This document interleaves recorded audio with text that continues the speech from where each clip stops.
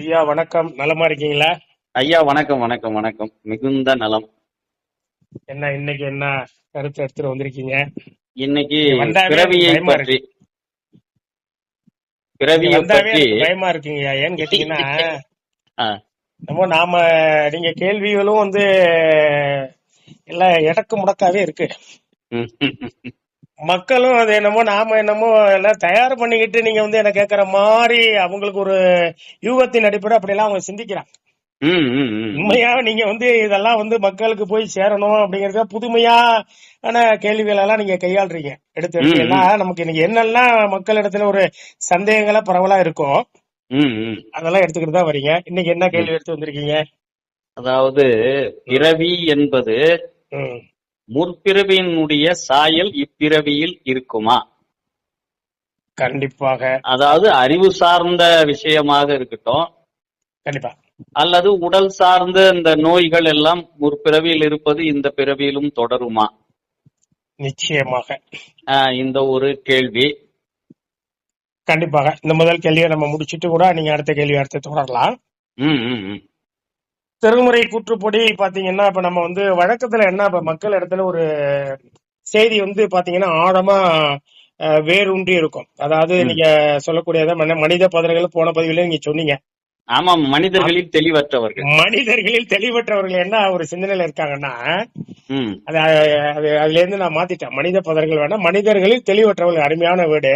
ம், அந்த தெளிவற்றவர்களுடைய நிலை எப்படி இருக்கு அப்படின்னா, ம், நீங்க வழக்கத்துல பாத்திருப்பீங்க. இப்ப உங்க ஊர்ல எல்லாம் எங்க ஊர்ல எல்லாம் நாடு முழுக்க பாத்தீங்கன்னா இது பரவி இருக்கு, வேரூன்றி இருக்கு. ம், பாமர மக்களுடைய உள்ளத்துல, அடித்தட்டு உள்ளத்துல இது பரவி இருக்கு. ம், எல்லாம நம்ம முன்னோர் செஞ்ச பாவங்க ம். இல்லையா? கண்டிப்பா. இதான் வழி வழியா நமக்கு முன்னோர்கள் செய்த பாவம். அடுத்து இல்லைன்னு பாத்தீங்கன்னா பெரியவங்களுடைய சாபம். ஏதாவது ஒரு குடும்பத்தை தொடர்ந்து ஏதாவது ஒரு கெட்டது நடந்துகிட்டே இருக்குன்னு இழப்புகள். ம், ம், எது வேணாலும் இருக்கலாம். தொடர்ந்து குடும்பம் பாதிக்குது, இல்லற வாழ்க்கை சரியில்லாம போயிட்டு இருக்கு வழி ம், வழியா அந்த குடும்பத்துல வச்சுங்களேன். ம், சில குடும்பத்துல இறப்புகள் தொடர்ந்து எல்லாமே அல்பாயுசா ம், ம், அந்த மாதிரி, அதாவது குறைந்த வயது மட்டும்தான் அவங்க வாழ முடிய ஒரு நிலை. தொடர்ந்து 50 வயசுக்குள்ள யாரும் இருக்க மாட்டேங்கிறாங்க. ம், இப்படி எல்லாம் இருக்கு. நான் நிறைய ஜோதிட அனுபவத்துல உங்கள்ட்ட இதை பதிவு பண்றேன். ம், நிறைய குடும்பத்துல என் குடும்பத்துல யாருக்குமே தலைமுறையில இல்லற வாழ்க்கை சரியில்லைங்க. ம், எனக்கு நீங்க சொன்னது எல்லாமே சரி. எனக்கு மட்டும் இல்லைங்க, என் குடும்பத்துல என் சகோதரி, என்னுடைய அம்மா வழியில அப்பா வழியில யாருக்குமே ம், இல்லற வாழ்வு சரியா இல்ல. இந்த பிரிவுல நான் பார்த்த வகையில எனக்கு தெரிஞ்சு ஒரு 50 ஆண்டு, எனக்கு 65 வயசு ஆகுங்க. 50 ஆண்டுகளை நான் பார்த்த வகையில விவரம் தெரிஞ்ச நாள்ல இருந்து யாருக்குமே இல்லற வாழ்க்கை சரியில்லை. ம், இது என்ன முன்னோரு சாபமா, ம், ஊழ்வினையா, இல்ல பெரியவங்களுடைய ஏதாவது நமக்கு யாராவது ஒரு சிவநிந்தைக்கு ஆளாகி இந்த மாதிரி எல்லாம் நமக்கு ஏற்பட்டிருக்கா? ம், இப்படி எல்லாம் பல கருத்துக்கள். இல்ல குலதெய்வ குற்றமா, ம், ம், இப்படி எல்லாம் என்கிட்ட கேட்பாங்க. ம், ஒரே பதில் அதுக்கு என்னன்னா, இதெல்லாம் பாவம். அவங்க பாவம் அறியாமையில கேட்கறாங்க. அவங்கள எந்த குறையும் நம்ம சொல்ல முடியாது. ம், அழகா குருஞான சம்பந்தர் பாத்தீங்கன்னா திருமுறையெல்லாம் அவர் அப்படியே கரைச்சு குடிச்சவரு. ம், அவரவர் வினைவழி அவரவர் வந்தனர்ங்கிறார். ம், இது அப்பா அம்மாவுக்கே இங்க வேலை இல்லை இல்லீங்களா? ம், தாய் தந்தையருக்கே வேலை இல்லை. உதாரணம் சொல்லும் போது நம்ம சொல்லலாம், ம், நாவுக்கரசுடைய அப்பா அம்மா, அதாவது தந்தையும் தாயுமே இறந்து விட்டார்கள். ம், வேற எங்க நம்ம ஏன் நீங்க இங்கேயே இருக்க எல்லாம் நம்ம திருமுறையிலேயே நம்ம சார்ந்து சொல்லிட்டு இருக்கலாம். ம், மிகப்பெரிய சிவஞானி அல்லவா அவரு.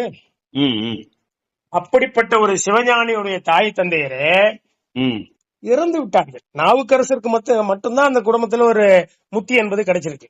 ம், ம், அப்ப நீங்க சிந்திக்கணும்ல, ம். கண்டிப்பா. மனிதர்களில் தெளிவற்றவர்கள் நம்மெல்லாம் ம், ம். இல்லீங்களா? கண்டிப்பா கண்டிப்பா. அப்ப நமக்கு அந்த மாதிரி ஒரு நிலையெல்லாம் நமக்கு அப்ப நாவுக்கரசருக்கே அந்த நிலைனா ம், நம்மளுடைய நிலையை நீங்க என்ன என்று சொல்லுவது? நம்ம சொல்லுங்க. ம், ம், ம். சிந்திக்கணும்ல நம்ம. கண்டிப்பா. சிவ அருள்ஞானிக்கே அந்த நிலை. அவருக்கு தாய் தந்தையரே இந்த பூவுலக வாழ்க்கையை முடிச்சிட்டு போயிட்டாங்க. அப்படிதான் வரலாறு சொல்லுது. ம், ம், முத்தி கிடைத்ததாக வரலாறு இல்லை. இல்ல இல்ல இல்ல. அப்ப நம்ம நமக்கெல்லாம் ஏமாத்திரம். ம், அப்படிதான் நம்ம சிந்திக்கணும். அதே மாதிரி அப்பா அம்மா செஞ்சது பிள்ளைக்கு அப்படிங்கறதெல்லாம் நம்ம செவிவெடி செய்தியா ஒரு கர்ண பரம்பரை செய்தின்னு சொல்லுவோம்ல. ம். ஆமா. மனிதர்கள் வழக்கத்துல, பாமர மக்கள் வழக்கத்துல நம்மளும் இப்ப அவர் அறியாத காலத்துல அப்படிதான் சிந்திச்சுட்டு இருந்தோம் நம்மளும். ம், ம், ம். ஆனா அவரவர் வினை வழி அவரவர் வந்தனர்ங்கிற அவரவருக்கு உள்ளபடி ஈசன் அருளாலே ம், அவரவரை கொண்டு ஏற்றமான ஒவ்வொரு பதிவிலும் நம்ம இதை கொடுக்கறோம்னா என்னடா சொன்னதே சொல்லிட்டு இருக்க தெளிவு போறணும் மக்கள். ம், ம், ம். யாராரு என்னென்ன பாவ புண்ணியம் செஞ்சிருக்காங்களோ அதற்கேற்பதான் மறுபிறவி அமையும் கண்டிப்பா கண்டிப்பா. அப்படிங்கறத நமக்கு வந்து சமய நெறி ஆழமா புகுத்துது. இப்ப உதாரணத்துக்கு முற்பிறவி, இப்ப நம்ம வந்துருவோம். இப்ப பாயிண்ட் நீங்க கேட்ட கேள்விக்கு முற்பிறவி வாடை அப்படிங்கிறது, இப்ப நாவுக்கரசர், இப்ப நம்ம சாதாரணமா சைவ சமயத்துல போய் எல்லாத்தையும் கேட்டோம்னு என்ன சொல்லுவாங்க, அவர் வந்து வாகீச முனிவரா கைலாயத்துல இருந்தாரு. அப்புறம் தான் ஏன்னா பாடல்ல தான் சொல்லுது, வாகீச பெருந்தகைதன் ஞான பாடல்ங்கிறாரு. அவர் தான் நாவுக்கரசா அவதாரம் செய்தார் அப்படின்லாம் நமக்கு வந்து ஞானிகளுடைய பாடல்லாம் இருக்கு.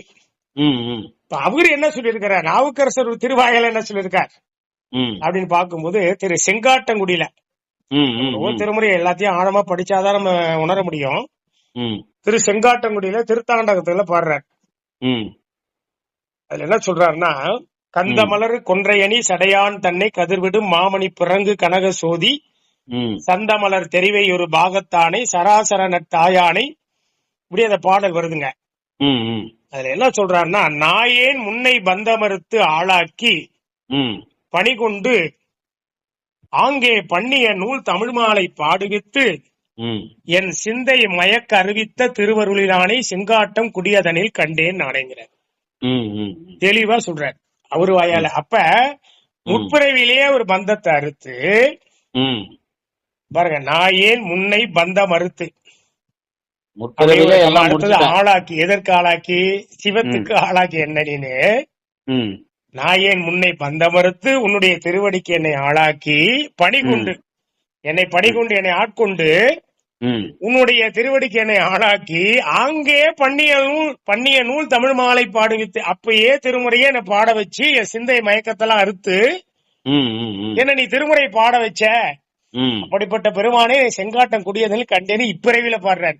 நாவுக்கரசரா இருக்கும் போது பாடுறாரு. அப்ப என்ன பாருங்க, முற்பிறவில அவர் யாரு, அப்ப அப்பயும் திருமுறை பாடிக்கிட்டு தான் இருந்திருக்காரு. அந்த வாடைதான் இப்ப நீங்களும் நானுமே எடுத்து உதாரணத்துக்கு நம்ம 2 பேரும் பேசிட்டு இருக்கோம், உரையாடுறோம். உங்களுக்கு எனக்கும் இந்த சைவத்துல ஒரு பற்று இல்லாம, திருமுறை தொடர்பு இல்லாம நிச்சயமாக நம்ம 2 பேரும் சந்திக்க முடியாது. கண்டிப்பா கண்டிப்பா. இதுதான் இப்ப நமக்கு வந்து சிவ ஞானியோட அருள் கூற்றுப்படி நம்ம உணர முடிகிறது தெளிவாக. அதே மாதிரி பாத்தீங்கன்னா கோச்சங்க சோழ நாயனார் முற்பிறவில பாருங்க, அவர் வந்து ஒரு சிலந்தி இல்லைங்களா, ஈரறிவு, அது ஈரறிவு உயிர். இப்ப சிலந்தியும் ஆனைக்காவில் திருநிழல் பந்தல் செய்து உழந்தவன் இறந்த போதே கோச்செங்க நானுமாக அப்படின்னு நாவுக்கரசர் பாடுறார். உழந்தவன் இறந்த போதே, உடனே இறந்த அடுத்த நிமிடமே என்ன பண்றாரு, அடுத்த ஒரு பிறவியை கொடுக்கிறாரு இறைவன். என்ன சொல்றாரு, சோனாட்டு சோழர் தங்கள் குழந்தனில் பிறப்பித்து விட்டார் குறுக்கை வீரட்டானாரேன்னு திருக்குறுக்கை வீரட்டத்துல பாடுறாரு நாவுக்கரசர். அப்ப சிலந்தி தான், ஈரறிவு உயிர் தான், யானை புக முடியாத அந்த முற்பிறவி வாடை பாருங்க. அதுக்குதான் இந்த இடத்துல நம்ம பதிவு பண்றோம். முற்பிறவி அதுக்கு வந்து சிவபெருமானுக்கு ஆணைக்கு அண்ணலுக்கு அந்த வாயால அழகிட்டு அந்த திருநிழல் பந்தல அது அமைக்குது. திருவானைக்காவல, ஆணைக்கால வரலாறே அதான். அப்ப அத வந்து பூணு ஊதி வந்து என்ன பண்ணுது, அந்த யானை வந்து தடுக்குது. இது வெகுண்ட வந்து யார் அந்த செயலை செய்யறான்னு மறைந்தது ஒரு நாள் பார்க்கும்போது நேரடியா அந்த யானையை பார்த்தோன்னே யானையை தும்பிக்கையில புந்து அதையும் கொண்டுடுது, இதுவும் செத்துருது. இந்த இது வந்து வரலாறு உங்களுக்கு தெரிஞ்ச மக்களுக்கு தெரிஞ்சது இல்லீங்களா. அப்ப இது ஏன் இதை நம்ம பேசுறோம் அந்த கருத்தை, இந்த இடத்துல பாருங்க முற்பிறவி வாடை வருது பாருங்க. யானை அதுதான் முக்கியம். சிலந்தி ஒரு மன்னனா, ஈரறிவு ஆறறிவு மனிதனாக பிறக்க வைக்கிறார் இறைவன். பாத்தீங்கன்னா இந்த முற்பிறவி வாடை அப்படியே வருது. இன்னைக்கு 74 மாட கோயில் நினைக்கிறேன். அவர் கட்டி அந்த மாட கோயில்ல இன்னைய வரையும் பாத்தீங்கன்னா யானை புக முடியாதுங்க. இன்று வரை யானை புக முடியாது. அந்த மாதிரிதான் அது அமைஞ்சிருக்கு. இன்னைக்கு அந்த கோயில் பாத்தீங்கன்னா கிட்டக்கையே இருக்கு. பாத்தீங்கன்னா என்ன கோயில் கேட்டீங்கன்னா நம்ம நல்லூர் திருநல்லூர் நாவுக்கரசருக்கு திருவடி தீட்சை வழங்கிய தலம் இறைவன். ஒரு உதாரணத்துக்கு பக்கத்துல எங்க வீட்டுல இருந்து இப்ப அருகாமையில இருக்குது. ஒரு 15 20 கிலோமீட்டர் போனோம்னா அந்த தலத்தை நம்ம அடையலாம். அடுத்து பாத்தீங்கன்னா ஆவூர் பசுபதீஸ்வரம் எல்லாமே அருகாமையில் நிறைய இருக்கு.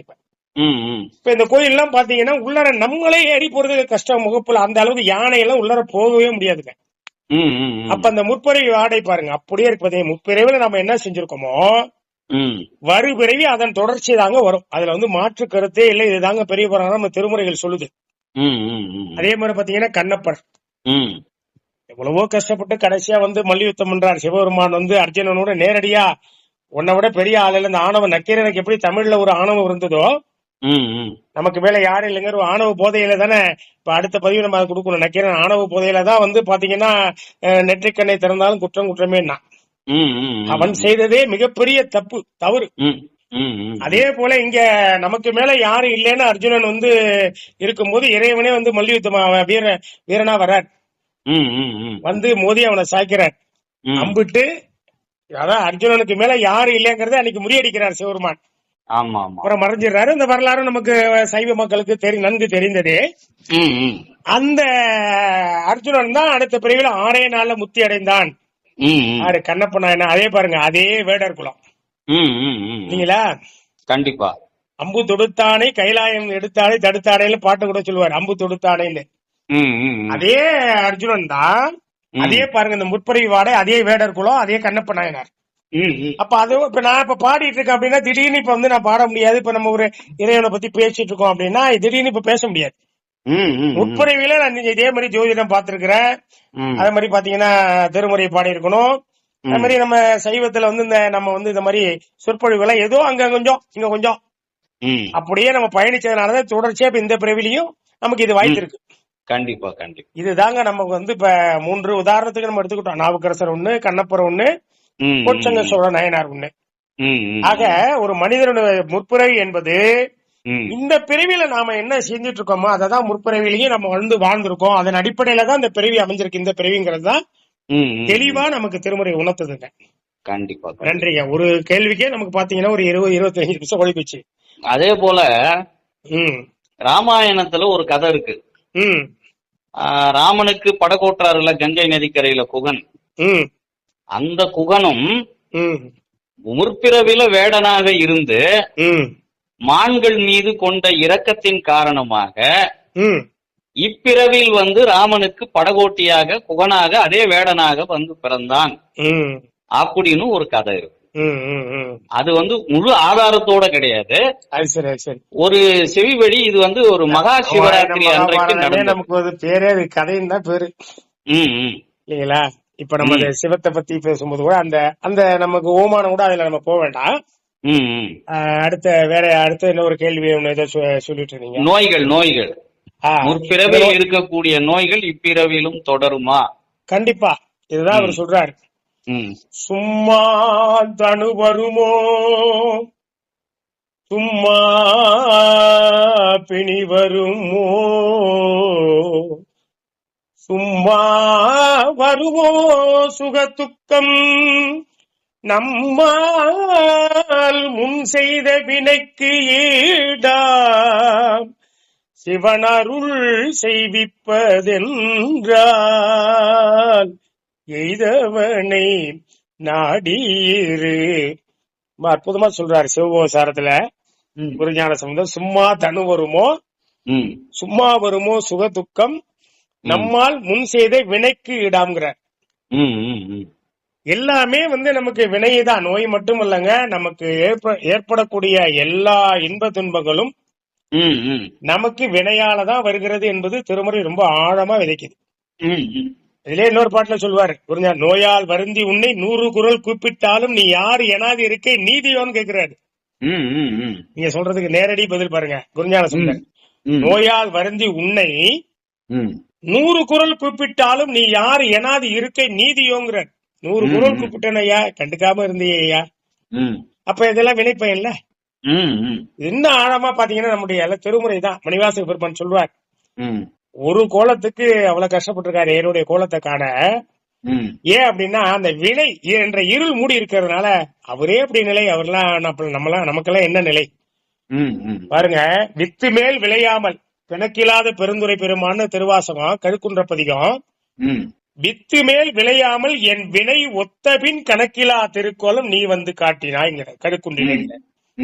அந்த வினை ஒத்தபின், வித்து மேல் விளையாமல் இருவினை ஒப்புங்க, நல்வினை தீவினை, இந்த பயன் இருக்கிற வரையும் இத நான் நிகராக, அதாவது வினை ஒத்தன நான் தராசு துலாக்கோல் போன்று நிகரான வினைய, அதாவது நல்வினை தீவினை ரெண்டுமே நிகராக நான் கழிந்த பின்பு வினை ஒத்த பின் கணக்கிலா திருக்கோலம் நீ வந்து காட்டினாய் கற்குண்டில. அளவில்லாத திருக்கோலமா ஒரு கோலத்தை அதுக்கு முன்னாடி நாயா அலைஞ்சதாக அந்த பொருள் எதிர்மறையா நம்ம பொருள் கொள்ள வேண்டும். வினை கழிந்த பின்பு ஒரு இடத்துல வழிய வந்து இவர் நின்று காட்சி கொடுத்துருக்காருன்னு எடுத்துக்கணும். அதான் சொல்றாரு கணக்கிலா திருக்கோலம் நீ வந்து காட்டினாய்ங்கிற. இவரு போய் பார்க்கல, வந்து காட்டினாய்ங்கிற. இப்ப தெரியுதுங்களா? விதி என்ற அந்த வினை என்ற இருள் சூழ்ந்து இருக்கிற வரையும் எல்லாருக்கும் அப்படிதான், நமக்கு அப்படிதான். என்ன நமக்கு எத்தனை பிறவி இருக்கோ இப்ப பேசிட்டு இருக்கோம். நாம வந்து ஒரு நாயன்மார் நெறி போன்று அந்த நிலைக்கு நம்ம வரும்போதுதான் நம்ம வினையெல்லாம் முற்றிலும் கழிந்து நம்ம இறைவன் திருவடியை முக்தி என்ற நிறைய நிச்சயமா நம்ம அடையலாம். அதுக்கு வந்து ஒரே ஒரு உதாரணம் என்னன்னா, திருமுறை என்ற தோணியை இறுக பற்றினால் முக்தி என்ற கரையை அடையலாம். அவ்வளவுதாங்க. நன்றி. வேற எதுவும் இருக்குங்களா? நம்ம 30 நிமிடம் ஆக போகுது. ஏன்னா மக்கள் வந்து ரொம்ப நாள் ஆனா பார்க்க மாட்டேங்கிறாங்க. ஆமா ஆமா ஆமா. ஏன்னா இல்ல இப்ப ஷார்ட் வீடியோ 2 நிமிஷம் 3 நிமிஷத்துல கடந்து போயிட்டு இருக்காங்க. கண்டிப்பா. இத கூட அந்த அறத்தை கேட்க கூட அவங்களால வந்து இவ்வளவு நாளியா இதெல்லாம் அப்படின்ட்டு போயிடுறாங்க. அடுத்த காணொலியில சந்திப்புமா? கண்டிப்பா கண்டிப்பா. நன்றி நன்றி நன்றி. வணக்கம்.